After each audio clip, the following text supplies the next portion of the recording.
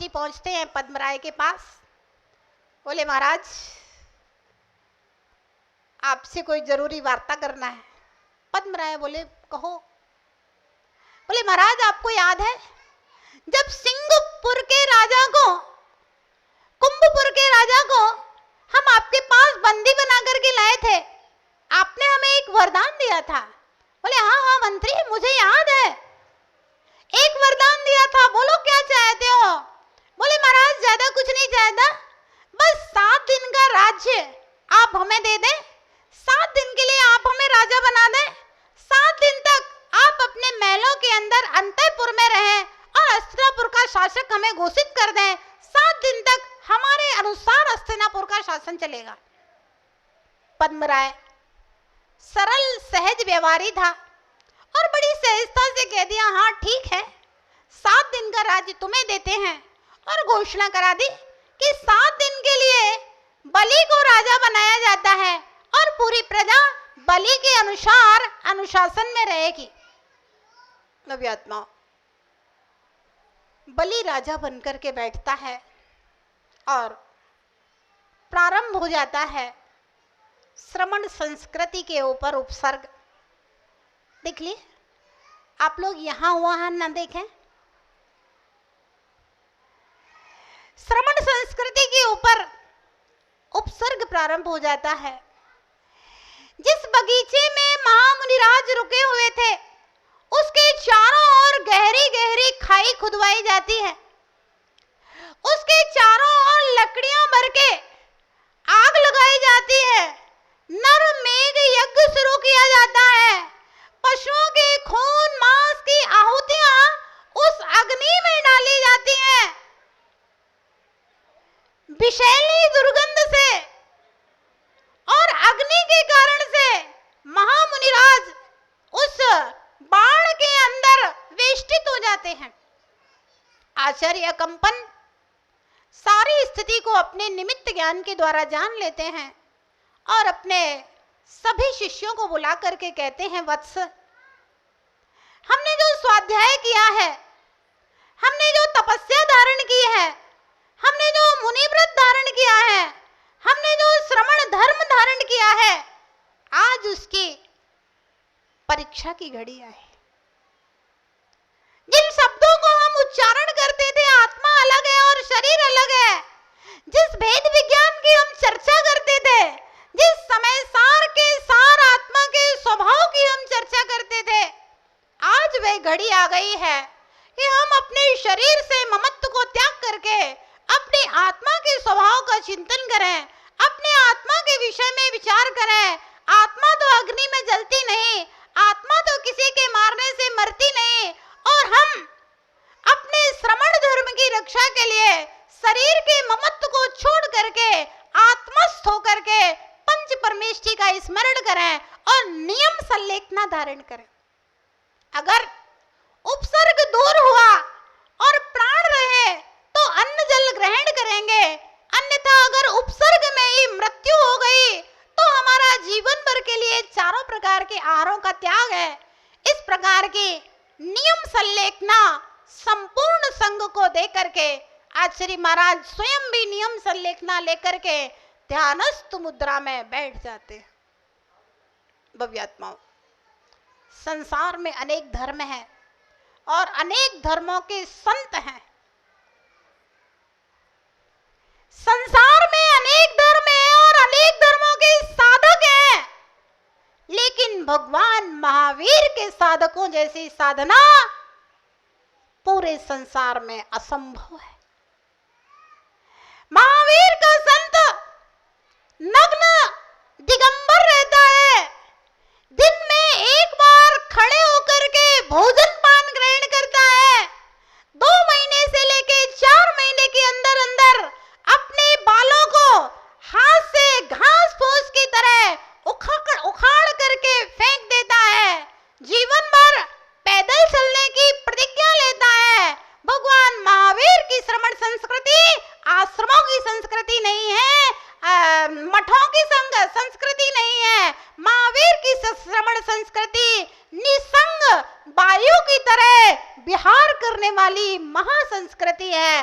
जहां पर संत अपरिग्रही रहता है, तिल तुष मात्र भी ग्रहण नहीं करता है, मात्र पिछे कमंडलों और जिनवाणी जो कि संयम, शौच और ज्ञान के उपकरण है, उनको धारण करता है। सर्दी में रजाई गद्दे यूज नहीं करता, वस्त्र का एक धागा तक अपने शरीर के ऊपर नहीं पड़ने देता है।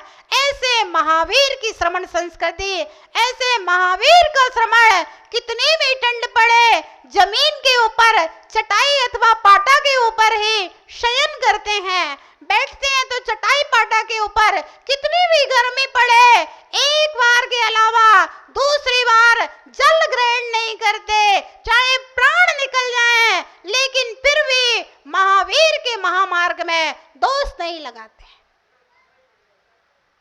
जिस दिन दीक्षा लेते हैं उस दिन संकल्पों का मजबूत श्रीफल हुआ करता है। प्राण जाए पर गुरुवर मेरा प्रण ना जाएगा, महावीर के महामार्ग में दोष न आएगा। प्राण जाए पर गुरुवर मेरा प्रण ना जाएगा, महावीर के महामार्ग में दोष न आएगा। दृढ़ संकल्पों का यह श्रीफल अब स्वीकार करो। ध्यान रहे, प्राण चले जाएं लेकिन फिर भी अपनी प्रतिज्ञाओं को नहीं तोड़ते हैं। ऐसे प्रतिज्ञाबद्ध एक नहीं, दो नहीं, चार नहीं, 700 श्रमण एक साथ ध्यान करने के लिए बैठ जाते हैं। सारी पृथ्वी कांप रही थी, ध्यान रखना। सारे श्रावकों के दिल दहल रहे थे। पद्मराय के महलों में जाते हैं राजन, आपके रहते हुए हमारी हस्तिनापुर नगरी जो शांतिनाथ, कुंदनाथ, हरनाथ भगवान तीर्थंकरों के जन्म से तीर्थ बनी हुई है, यहाँ पर मुनियों के ऊपर उपसर्ग किया जा रहा है। पद्मराय सारी प्रजा के सामने हाथ जोड़ लेते हैं, 7 दिन तक मैं मजबूर हूँ, तुम लोग जाकर के बलि से प्रार्थना करो। श्रावकों ने बहुत बहुत बलि से प्रार्थना की, लेकिन बलि अहंकारी, कृष्ण लेस्या के विषय में मैंने बताया था, काले रंग के ऊपर कोई रंग चढ़ता नहीं। कृष्ण लेस्या के काले नाग को अगर दूध भी पिलाओ तो विषय उगलेगा। काली भैंस, उसके आगे बीन बजाना है, कृष्ण लेस्या वाले को उपदेश देना। श्रावकों ने बहुत प्रार्थनाएं की कि इस प्रकार से मुनियों के ऊपर घोर अत्याचार और अन्याय न किया जाए, लेकिन बलि किसी की नहीं सुन रहा था। बेचारे धर्मात्मा हस्तिनापुर नगरी के श्रावक जिनालयों में जाकर के भगवान की चरणों में बैठ करके प्रार्थनाएं कर रहे थे। कोई चारों प्रकार के आहारों का त्याग करके जाप प्रमोकार का कर रहा था, कहीं पाठ हो रहा था, कहीं मुनियों के उपसर्ग को दूर करने के लिए पूजाएं की जा रही थी। अनेक अनेक प्रकार से श्रावक लोग प्रार्थनाएं कर रहे थे।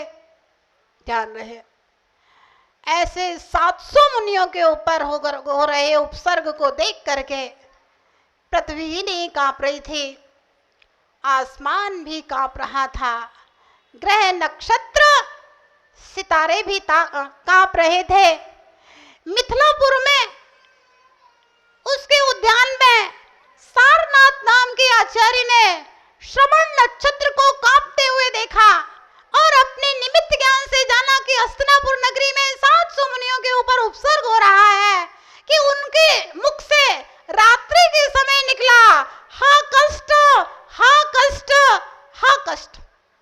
उनके नजदीक बैठा हुआ उनका शिष्य क्षुल्लक पुष्पदंत बोला, गुरुवर रात्रि में आपके मुख से आवाज, क्योंकि रात्रि में दिगंबर मुनि मौन रहते हैं और मौन में गुरु के मुख से आवाज, वह भी हा कष्ट। बोले गुरुवर किसको कष्ट हो रहा है? सारनाथ आचार्य ने बताया, बोले वत्स हस्तिनापुर नगरी में अकंपन आदि 700 मुनिराज के ऊपर महा उपसर्ग हो रहा है। बोले भगवान मेरे लिए क्या आज्ञा है, इस उपसर्ग को कैसे दूर किया जा सकता है। आचार्य बोले पुष्पदंत चुल्लक, तेरे पास आकाशगामिनी विद्या है, तुम यहां से जाओ। धरणी भूषण पर्वत के ऊपर विष्णु कुमार महामुनिराज तप कर रहे हैं और उनको विक्रिया रिद्धि प्राप्त हुई है और विष्णु कुमार मुनिराज के द्वारा ही यह उपसर्ग दूर हो सकता है, इसके अलावा कोई भी उपसर्ग को दूर करने में समर्थ नहीं है। चुल्लक तुरंत गया वहां जहां विष्णु कुमार महामुनिराज विराजमान थे। अंतर्मुहूर्त मात्र में विद्या के माध्यम से धरणी भूषण पर्वत के ऊपर पहुंचता है। विष्णु कुमार महामुनिराज ध्यान में लीन थे, रात्रि का समय था। चुल्लक उनको प्रणाम करता है, बोले भगवान ध्यान का विसर्जन करो, ध्यान का विसर्जन करो। 700 मुनियों के ऊपर महा उपसर्ग हस्तिनापुर नगरी में हो रहा है, अभी ध्यान करने का समय नहीं है, ध्यान तो आप बाद में भी कर लेंगे, अभी तो उपसर्ग दूर करने का समय है। विष्णु कुमार अकस्मात रात्रि में इस जंगल में पर्वत के ऊपर कौन व्यक्ति इस प्रकार की वार्ता कर रहा है, ध्यान का विसर्जन करते हैं।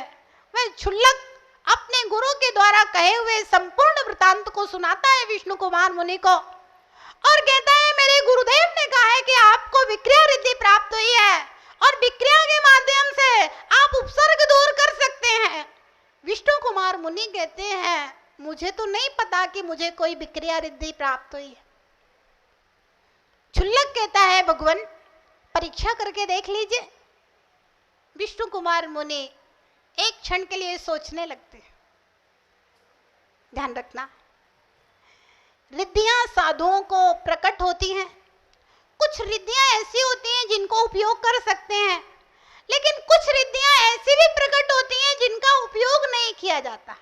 अगर उनको उपयोग कर लिया तो मुनि पद नहीं रहेगा। विष्णु कुमार रुक जाते हैं क्योंकि न जाने कितने जन्मों में भावना भाई होगी, तब ये जैन कुल मनुष्य पर्याय और ये मुनि पद प्राप्त हुआ है।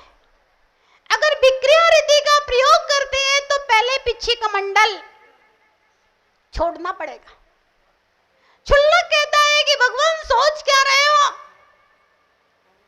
अगर एक के पिछी कमंडल छूटने से अगर 700 के पिछी कमंडल बचते हैं तो आप तो फिर से पिछी कमंडल ले लोगे। भगवान आप तो मोक्षगामी हो, तद्भव मोक्षगामी हो, आपका मोक्ष तो इसी जन्म से निश्चित है, लेकिन थोड़ी सी अगर आप मुनियों की रक्षा कर दोगे तो 700 का मुनि धर्म बच जाएगा।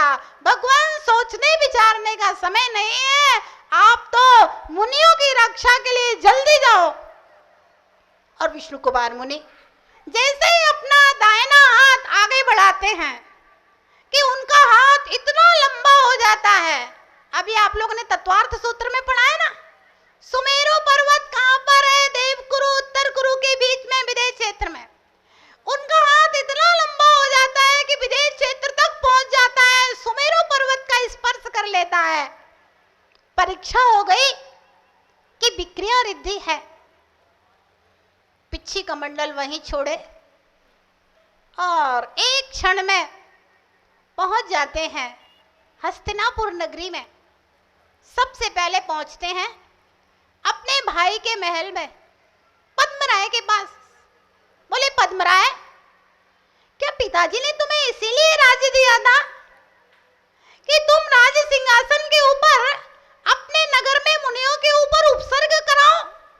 आपको मालूम है कि स्कूल में तुम्हारा जन्म हुआ है, इस स्कूल में शांतिनाथ, कुंदुनाथ, अरेनाथ हुए हैं, कुरुवंश है, इसमें तुम कलंक लगा रहे हो मुनियों के ऊपर उपसर्ग करा के। पद्मराय आंखों से अश्रु बहाते हैं, हाथ जोड़ लेते हैं, बोले कि भैया अपराध को क्षमा करो, मैं वचनों में बंधा हुआ हूं, 7 दिन का राज्य बलि को दे चुका हूं और आप तो सर्वशक्तिमान हैं, आप सब रिद्धियों सिद्धियों के स्वामी हैं। भगवान आप पुण्यों की रक्षा करो, मैं आपसे प्रार्थना करता हूँ, मुझे प्रायश्चित दो, मुझे क्षमा करो और आप जा राय हाथ जोड़ करके अपने बड़े भैया को प्रणाम करते हैं, क्षमा याचना करते हैं। अब विष्णु कुमार चलते हैं वहां जहां नरमेघ यज्ञ हो रहा था और यज्ञ का प्रधान यजमान बलि यज्ञशाला में आने वाला था कि मिच्छित दान बांट रहा था। जिसको जो चाहिए ले जाओ, जो मांगेगा वो दे देंगे। बहुत बड़ी यज्ञशाला बनी हुई थी। वह विष्णु कुमार मुनि 52 अंगुल के ब्राह्मण का रूप धारण करके यज्ञशाला में पहुंचते हैं।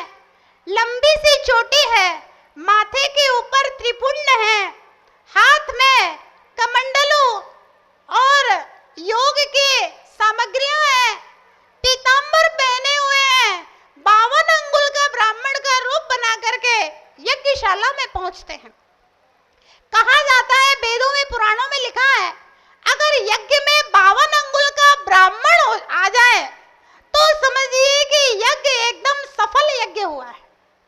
और बलि उसी समय आता है और छोटे से 52 अंगुल के बटुक ब्राह्मण को देख करके बड़ा प्रसन्न होता है और सोचता है ये बटुक ब्राह्मण आया है, इसका मतलब मेरा यज्ञ सफल हो गया। वह बटुक सबसे आगे वाली पंक्ति में सबसे आगे खड़ा हुआ था। बलि उसके स्वागत में, सम्मान में कुछ शब्द बोलता है। ब्राह्मण कहता है, बलि आपके पास एक याचक आया है, याचना करने के लिए आया है। बलि उसका परिचय पूछता है। ब्राह्मण ने कहा, बलि याचक बस याचक होता है, उसका कोई परिचय नहीं होता है। मेरी याचना आप सुनिए, अगर कुछ दे सकते हो तो दे दो। सुना है इतना बड़ा यज्ञ कर रहे हो कि मिच्छित दान बांट रहे हो, ऐसे आपकी कीर्ति पूरी पृथ्वी पर फैली हुई है, इसलिए आपकी कीर्ति सुन करके आया हूं। दे सकते हो तो अपनी बात तो कहो। बलि ने कहा, तुम आए हो हमारा सौभाग्य है और तुम्हारे आने से हमारा यज्ञ सफल हो गया है, और बताओ तुम्हें क्या चाहिए है। ब्राह्मण ने कहा, बलि ज्यादा कुछ नहीं चाहिए, मात्र 3 पग भूमि चाहिए है। उस 3 पग में की भूमि में मैं अपनी कुटिया बना करके आत्मा का ध्यान लगाऊंगा।